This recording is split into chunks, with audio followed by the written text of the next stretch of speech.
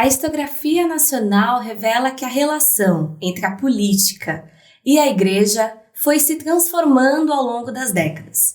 E é esse o tema da obra A Salvação da Pátria Amada e o assunto do nosso episódio de hoje do Paulus Cash.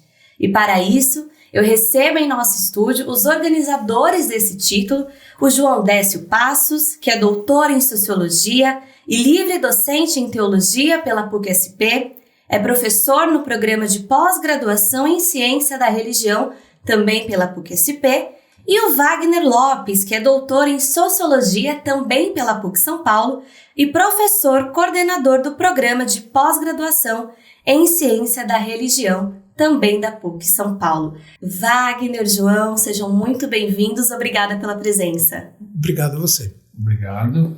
E a gente vai falar desse livro, né, que é resultado de uma série de pesquisas, né, de uma série de reflexões que vocês realizaram dentro da PUC-SP. Queria que vocês comentassem falando, né, como foi esse processo, como que a gente caminhou até chegar, né, a essa obra, A Salvação da Pátria Amada. Então, o professor João Décio e eu lecionamos no programa duas disciplinas, ele colóquios de pesquisa e eu campo religioso brasileiro, e no ano passado nós resolvemos fazer um trabalho integrado e aí organizamos um evento que nós demos nome de Ciclos de Debates sobre Religião e Política, ou melhor, Religião e Extrema-Direita. E então nós organizamos dois eventos. Um primeiro evento nós tivemos três etapas, 3 datas. Convidamos pessoas que trabalham essa temática, essas relações, tanto no mundo católico como no mundo evangélico, isso num primeiro momento. E num segundo momento, que foi o segundo ciclo, já no final do ano, nós convidamos pessoas para tratar daquilo que a gente identifica como grupos que são considerados inimigos por esses grupos de ultradireita, né? Então, e convidamos mais 4 pessoas também que estudam temáticas aproximadas para contribuir com o livro. O primeiro momento foi uma perspectiva mais histórica para entender como que no Brasil se deram, né, e como se dão as relações entre política e religião, ou mais precisamente entre religião e extrema-direita. E o segundo momento era um momento mais analítico de compreender como que alguns grupos foram identificados, né, por esses movimentos de ultradireita como inimigos, porque uma das ideias que está presente nesse universo é que você precisa ter um inimigo para combater, né? Você precisa ter um inimigo que vai ser um pouco o bode expiatório, assim, por assim dizer, desses grupos, dessas políticas. E nós identificamos, então, 4 grupos, poderíamos até identificar outros, mas escolhemos 4 grupos, que são o público LGBT, o racismo religioso, no caso as religiões afro-brasileiras, as mulheres, e um outro grupo, os pobres, né?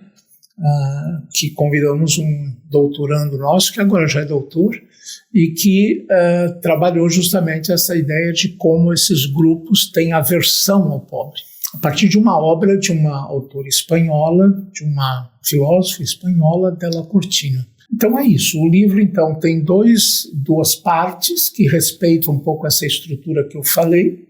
Uma primeira parte, que são textos mais de viés histórico, e uma segunda parte que são textos que procuram examinar esses grupos a que eu fiz referência e como que esses grupos foram tratados nesse contexto.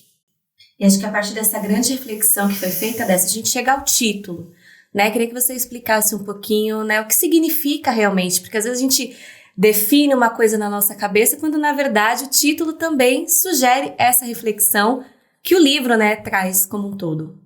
Então, talvez antes eu quero enumerar algumas ideias que eu julgo importante. Claro. Primeiro que o livro aqui ele se situa no âmbito da ciência da religião. Portanto, dentro de um universo que tem regras metodológicas. quais são as regras metodológicas? De que a gente faz ciência sobre fatos. Você não cria. A arte cria, não é? O marketing cria, não é? A ciência não. A ciência você trabalha dentro dos limites daquilo que a gente poderia chamar aqui fato, ou então dado empírico. Então esse é o campo da ciência da religião. Então, portanto, este livro ele não está inventando nada, ele não está criando nada.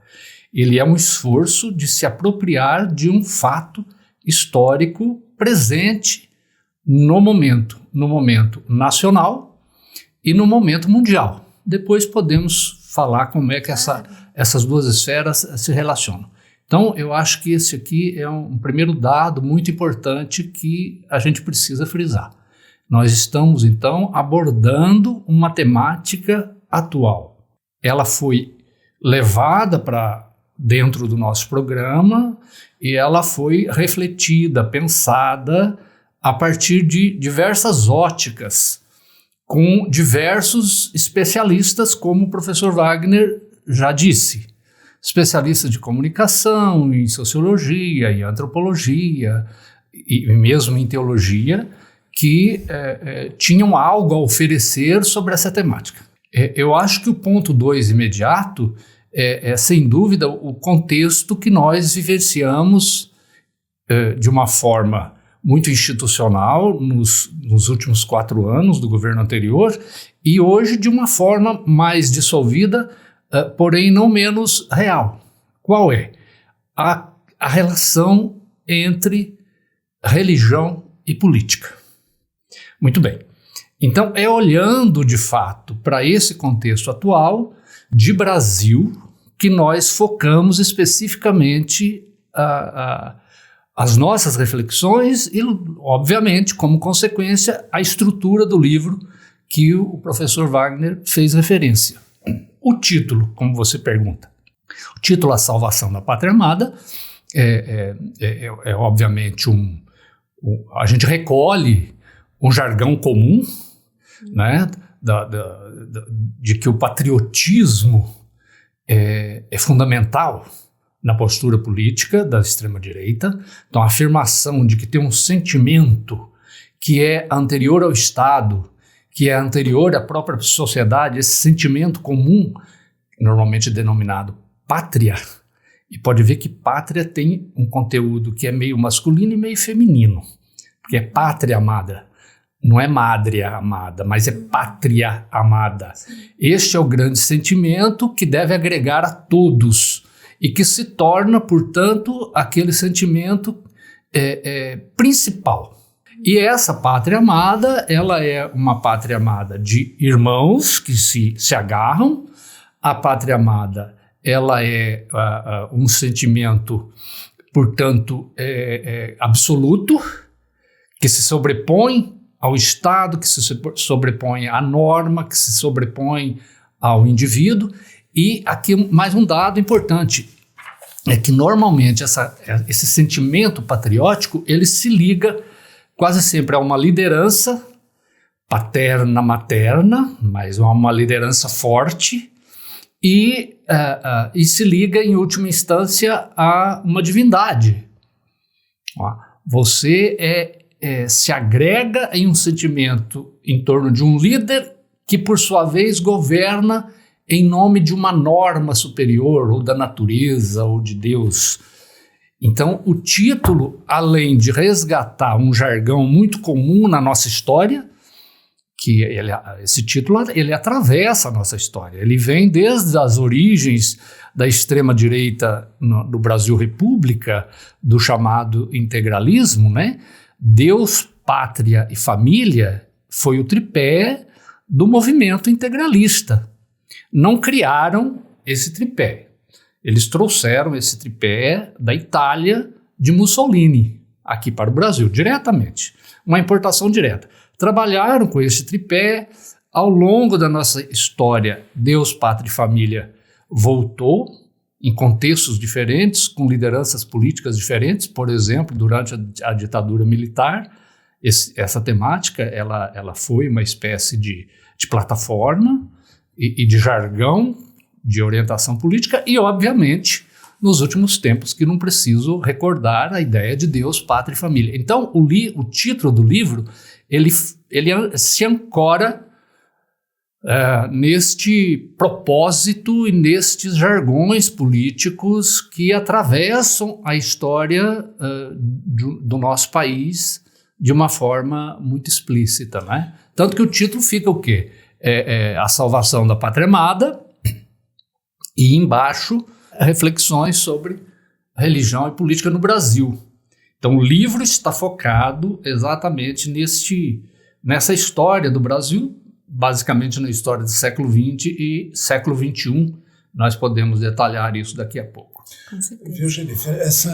Esse lema que o Décio falou, que foi importado do fascismo italiano, Deus, Pátria e Família, aparece no subtítulo da primeira parte do livro, que é uma frase muito conhecida, que todos nós ouvimos, né? Brasil acima de tudo, Deus acima de todos. Que é uma frase que foi dita por muitos nesses últimos 6 anos, que a gente, sobretudo nos últimos 6 anos, no cenário político brasileiro. Né? E nós colocamos esse subtítulo justamente na primeira parte para expressar bem esse universo que o Décio falava, que está ancorado nesses 3 termos, nesses 3 eixos, Deus, Pátria, Família. Né? Porque, de fato, o que a gente quer mostrar no livro é que essa ultradireita, ela busca legitimidade no universo religioso, sobretudo no universo religioso cristão. E, por outro lado, a gente quer mostrar também, os autores procuraram mostrar, que do lado do cristianismo também houve uma disposição em contribuir, fornecer elementos, fornecer conteúdos para que essas estratégias políticas dessa extrema-direita ganhasse legitimidade. Um ponto importante a ressaltar é que não é questão de gostar ou não gostar do título. Claro, o título a gente pode discutir, poderia ser outro. A gente buscou um título que sintetizasse este percurso de relação entre religião e política no Brasil. Mas o que eu quero dizer é o seguinte: não se trata de gostar ou não gostar de expor essa abordagem em um livro. A relação entre religião e política, ela é um fato.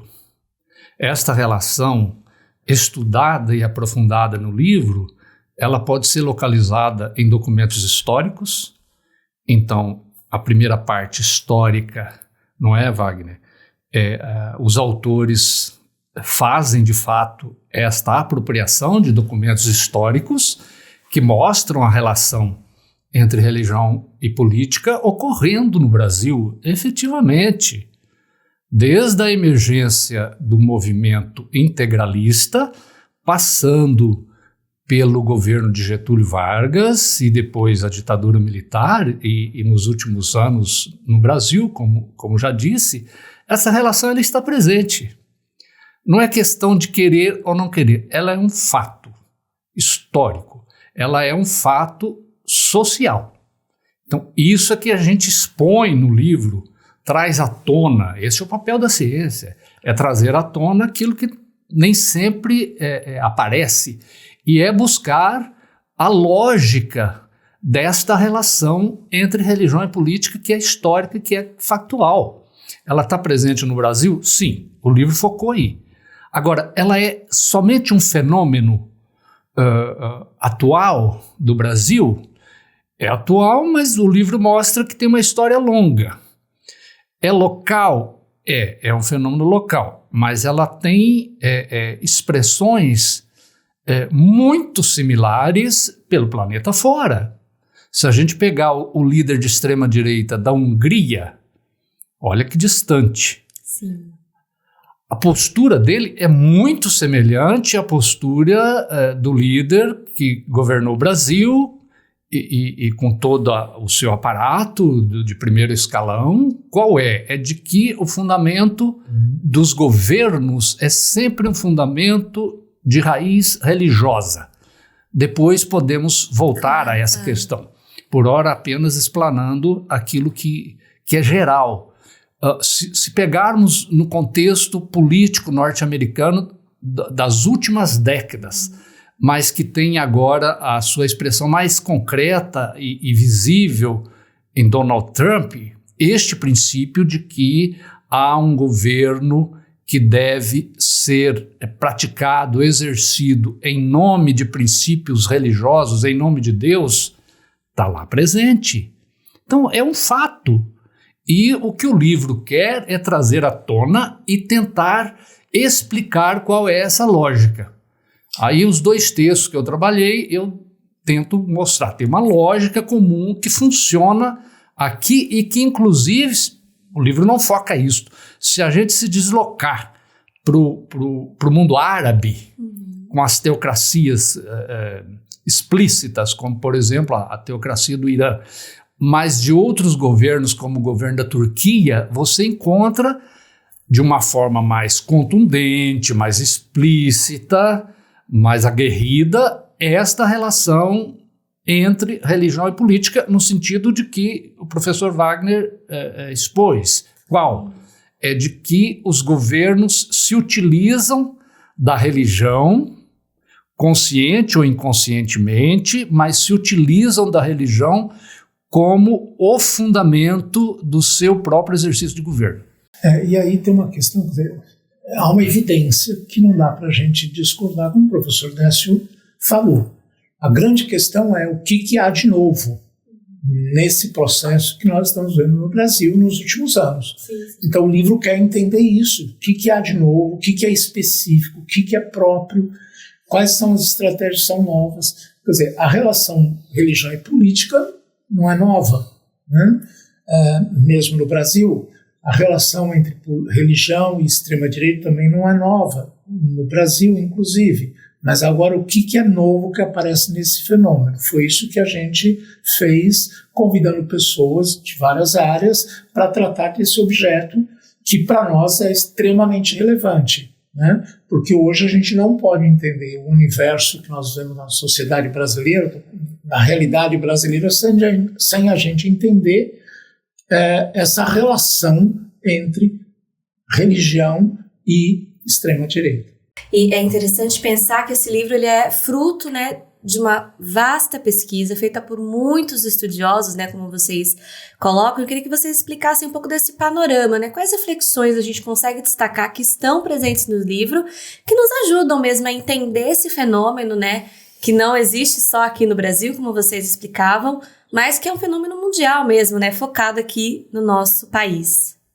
Olha, eu vou destacar 3 textos que são, no meu modo de ver, 4 textos que são muito importantes. O primeiro, onde a gente examina a relação da Igreja Católica e o Estado, o governo Vargas, né, aqui no Brasil, tanto no governo eleito como depois na ditadura Vargas, né. Foi o Jorge Miguel Acosta que trabalhou isso, onde ele mostra como que se deu essa relação. Um segundo texto, que é de um pesquisador que estudou, fez doutorado na Metodista, onde ele procura entender como que isso se deu no mundo protestante, como que aqui no Brasil, sobretudo na época da ditadura militar, nós tivemos o envolvimento de protestantes, membros de igrejas evangélicas nesse processo.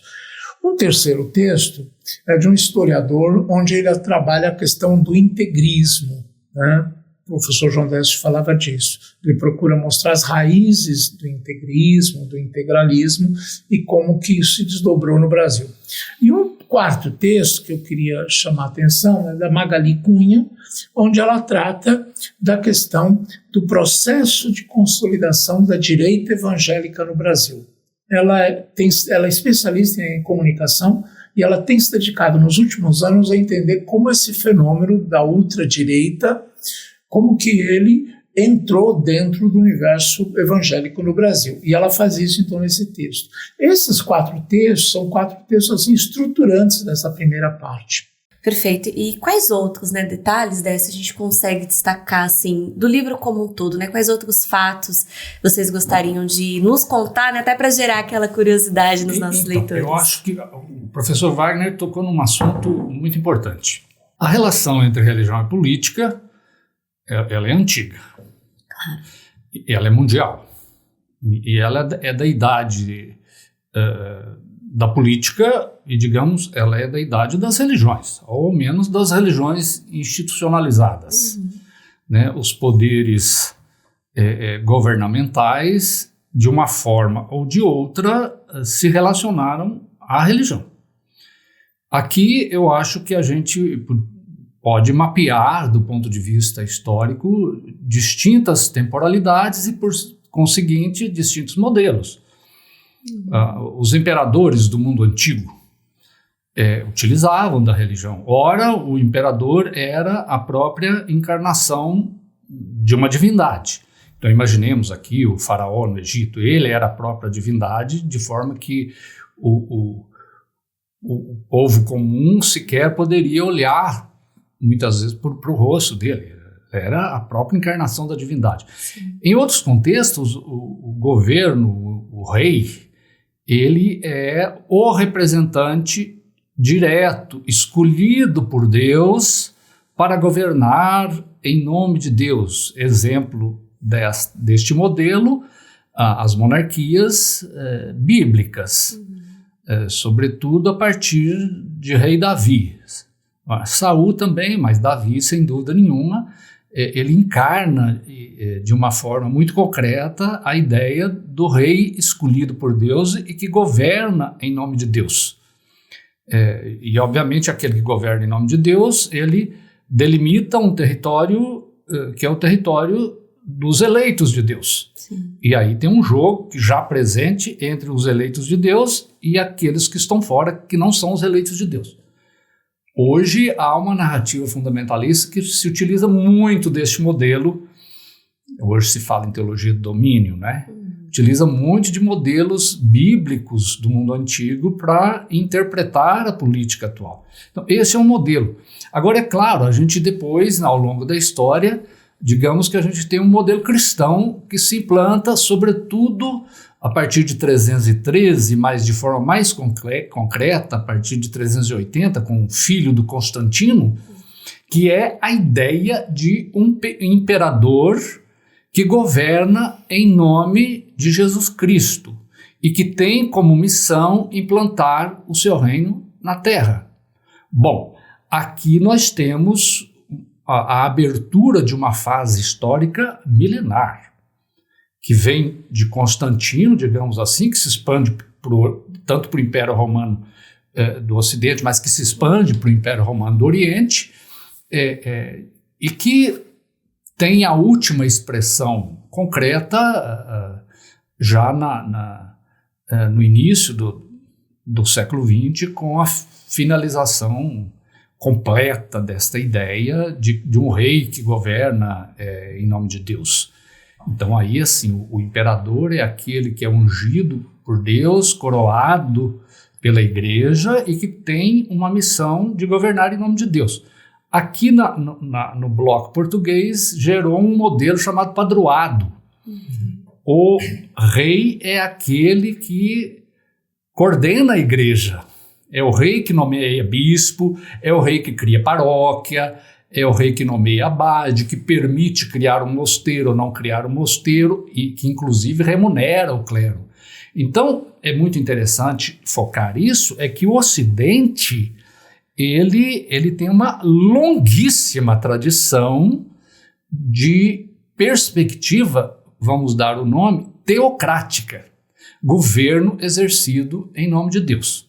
Então, nós temos esse modelo antigo, onde o imperador é filho já do rei e por uma herança de consanguinidade, por direito de dinastia, de primogenitura, quase sempre, ele governa em nome de Deus. Muito bem. Agora, o mundo mudou, não é? A experiência da democracia, ela foi gradativamente reestruturando, ao menos, o mundo ocidental. Fiquemos aqui na parte ocidental. Então, tanto a experiência norte-americana da criação das repúblicas no Novo Mundo, se separando do mundo inglês, quanto a experiência da Revolução Francesa, elas concretizaram uma outra ideia, de que o governo não é feito em nome de Deus e, portanto, não é exercido a partir da aliança com uma confissão religiosa, com uma igreja, mas que o governo ele vem do povo. Nasce do povo e é exercido em função do povo. A questão curiosa é que mesmo após esta percepção política, chamemos de democracia, de república moderna, o religioso reiteradamente ele retorna como fundamento dos governos, como fundamento das ideologias, como fundamento até das políticas públicas que, em plena era democrática, ainda continua fornecendo argumento, justificativa para o exercício do poder. Então, é aqui que eu chego a esse novo contexto que daqui a pouco podemos aprofundar. Se quiser aprofundar, como é que este novo contexto ele permite que o religioso retorne como fundamento do poder.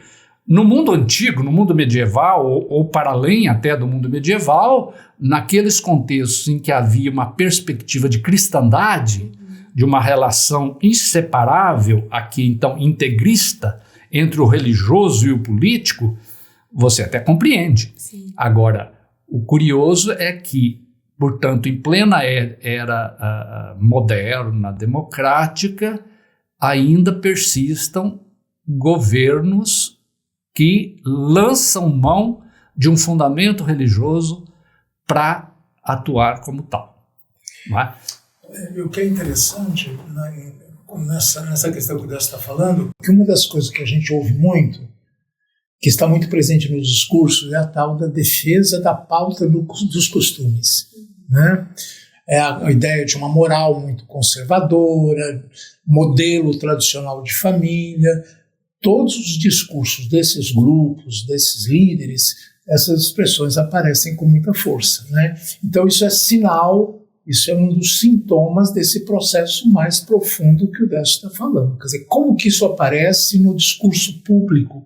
Como que isso aparece? Aparece, por exemplo, nessa coisa que essas pessoas têm, né? Esses líderes fazem questão de dizer: nossa pauta é uma pauta conservadora. Né? Nós somos conservadores. Quer dizer, antes era muito difícil as pessoas se apresentarem dessa forma, agora as pessoas se apresentam, não tem nenhuma dificuldade. Então acho que esse contexto que a gente está vivendo, que ainda está presente, não acabou, ele é favorável a esse tipo de discurso e essas manifestações que a gente ouve em torno da defesa de uma pauta de costumes, da família tradicional, independente do que a gente entenda por família tradicional. Quer dizer, e é uma outra coisa, um outro aspecto interessante, que esses grupos, por exemplo, católicos e evangélicos, de um perfil conservador, nunca foram dados na história do Brasil a conversar, a dialogar entre eles. Né? Mas agora, nesse contexto, esses grupos dialogam, esses grupos se juntam. Então é muito comum você ter grupos evangélicos muito conservadores juntos defendendo pautas com grupos católicos também muito conservadores. Grupos que em outra situação não dialogariam e agora dialogam, né? Em função desses objetivos. Claro. E acho que Décio, você falava assim da gente se aprofundar, né, em todo esse contexto. Acho que já também emendando, acho que a próxima questão que a gente pode refletir é o papel dos cristãos, né? A gente está falando da igreja, a gente está falando do povo, né? Qual a responsabilidade, né, dos cristãos para essa construção de uma política que seja social e que seja de fato para todos, né? Que não seja para um ou para outro, mas que todo mundo seja contemplado da melhor forma possível.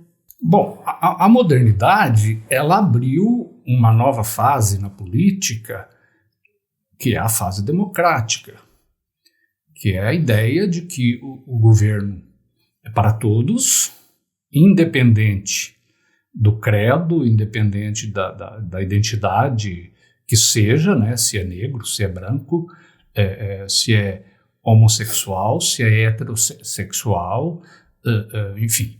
A ideia de república, ela cria um regime em que a regra objetiva vale para todos. Então aqui é o quê? É um governo que é exercido para todos. Isso foi conquistado a duras penas. Nós tivemos guerras religiosas, sobretudo na Europa, não é? Que a custo de sangue aprendeu a lição de que a tolerância religiosa era um valor fundamental do Estado moderno. Não é? Hoje a gente até pode falar, criticar a tolerância, mas a tolerância foi uma grande conquista. Todos têm direito a exercer a sua fé, professar a sua fé dentro do Estado democrático de direito. Não é? E, portanto, não cabe na democracia um governo exercido por um viés religioso, que venha se impor por aquele que não professa aquele viés religioso. Eu estou falando em viés para não falar de uma igreja, não é? Para não falar de uma igreja. Seja um viés cristão, seja um viés islâmico, não é? Porque onde entra a adoção de um viés religioso, você vai entrar num campo normativo daquilo que uma confissão religiosa adota como doutrina e adota como regra. Mas no Estado moderno, e quem não adota essa perspectiva de fé, ficará de fora? Terá que aderir? Bom, e os que são ateus? O IBGE vai mostrando que cada vez mais no Brasil cresce o número de ateus, cresce o número dos que não são ateus, mas são agnósticos. Cresce o número daqueles que não são nem ateus e nem agnósticos, mas que não participam de nenhuma igreja. Eles estão fora do governo, terão que aderir às pautas religiosas de um governo A, B ou C? Essa é a grande questão. Então, o Estado laico, ele é sim um valor que a humanidade conquistou. E no sentido das relações humanas respeitosas, de uma sociedade plural, onde os credos são respeitados e aquele que não tem credo é respeitado. Isso é o Estado laico. Então, aqui, esse é um dado político, mas voltando à sua pergunta, que a gente encara como um valor político, como um valor legal, e aí então a ideia de leis que garantam isto e que devem ser respeitadas, de liberdade de culto, de liberdade de crença, de liberdade de expressão, etc., etc., e que não pode ser coibido ou direcionado por uma imposição coercitiva de determinados valores. Isso é um valor político e jurídico? Sim, mas é também um valor cristão. É um valor cristão. O cristianismo, ele nasce e é institucionalizado em cima da ideia de que foi para a liberdade que Cristo nos libertou. Agora entrando aqui no campo especificamente teológico. E é num exercício de livre adesão ao seguimento de Jesus que os cristãos se comportam, organizam a sua vida de liberdade de escolha e de liberdade de respeito à escolha dos outros. Eu acho que a encíclica do Papa Francisco, a Fratelli Tutti, ela fornece uma pauta esplêndida, maravilhosa, que nos ajuda a entender hoje essa tendência ao isolamento. A gente vive uma sociedade em que o isolamento individual, o isolamento nacional, o isolamento étnico-racial cresce e contrário a isso, as fobias. Na medida que há um fechamento, um isolamento interno dos nacionalismos, você passa a rejeitar o migrante, aquele que está fora. Isso é um pecado, Francisco tem toda a razão. Isso você gera fobias que você exclui quem pensa diferente, quem é diferente do teu grupo supostamente melhor do que o grupo externo. Então, eu queria chamar a atenção para um aspecto que o Décio apontou. A gente podia se perguntar, e o que nós, como cristãs, podemos fazer?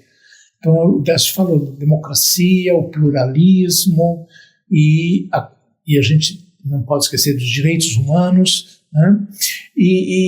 Agora, há limites para isso também. Em nome do pluralismo, eu não posso aceitar, por exemplo, ideologias autoritárias, não posso aceitar o racismo, não posso aceitar o machismo, a homofobia. Então, e o discurso desses grupos é sempre feito em nome da liberdade de expressão. Eu tenho o direito de dizer o que eu penso. Não tenho o direito de dizer tudo o que eu penso. E o critério é ético, né? Quer dizer, há um limite. A tolerância também tem limite. Eu não posso tolerar tudo, né? Eu só posso tolerar aquilo que está de acordo com aquilo que é fundamental, com a ética da vida, com os direitos humanos.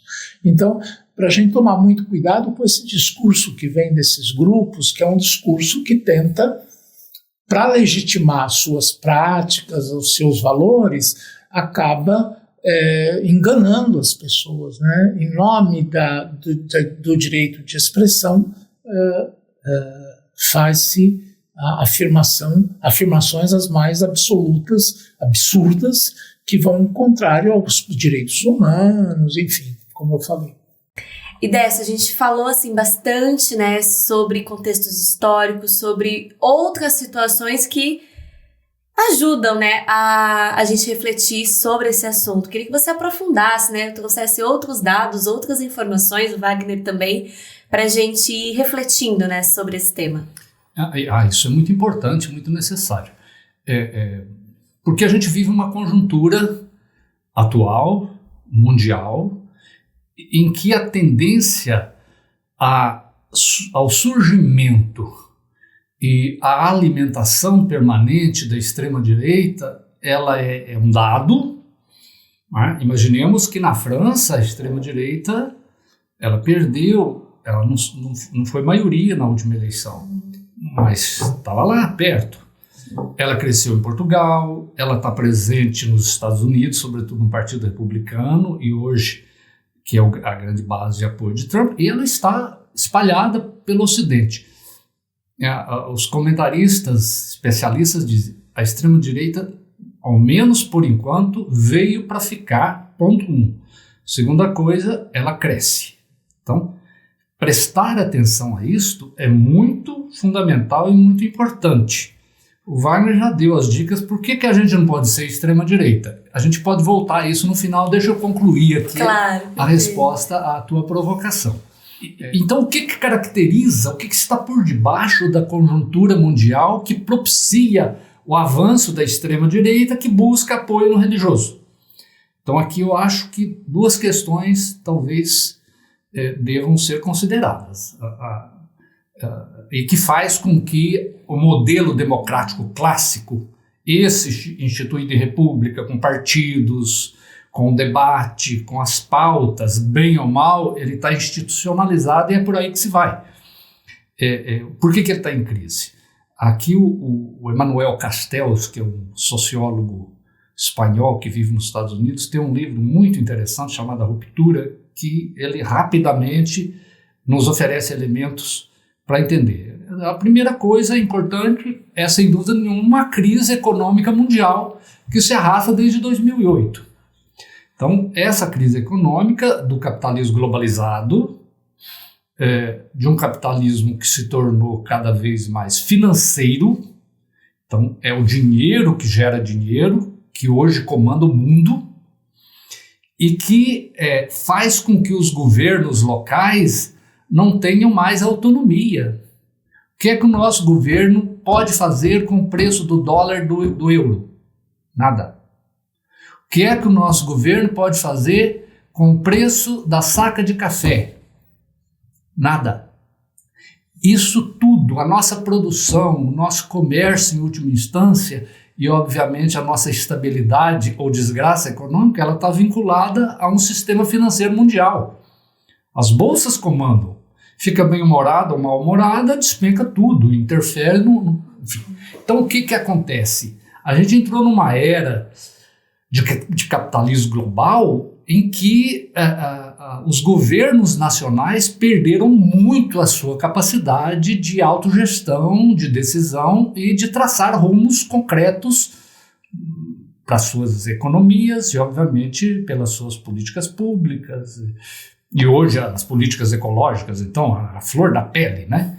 Estamos aí vendo os efeitos imediatos. Então há uma crise, sim, Papa Francisco fala disso na encíclica Fratelli Tutti, há uma crise tanto dos governos nacionais, mas uma inércia das organizações internacionais, como a ONU, por exemplo, em garantir uma autonomia política capaz de garantir os elementos básicos da sobrevivência para cada nação. Então, aqui há então um dado fundamental. Este é um dado. Esse dado, com certeza, leva à tendência dos reforços nacionalistas, dos fechamentos nacionalistas, como uma reação, como saída para essa coerção de um mercado financeiro global e que hoje está digitalizado, né, cada vez mais. Então, esse é um aspecto. O outro aspecto conjuntural, não há dúvida, é a emergência de uma civilização digital, se organizada de forma digital, vai se organizando de forma digital e, sobretudo, com as chamadas redes sociais ou redes sociovirtuais. E dentro dessas redes, a tendência na constituição de grupos autorreferenciados, de grupos autônomos que ditam a sua própria regra. Bom, a soma desses elementos, sem dúvida nenhuma, cria o solo fértil para a emergência do que hoje se chama populismo digital. O que define um populismo? A política da democracia clássica é o quê? Você tem o partido, você tem as pautas, aí dentro dos partidos saem as lideranças se apresentam como representantes, se elegem para o legislativo, se elegem para o executivo, a partir de uma plataforma que a população, em princípio, já conhece. Se o partido é novo, terá que conhecer, etc. Então, esse é um jeito clássico de executar o modelo democrático liberal.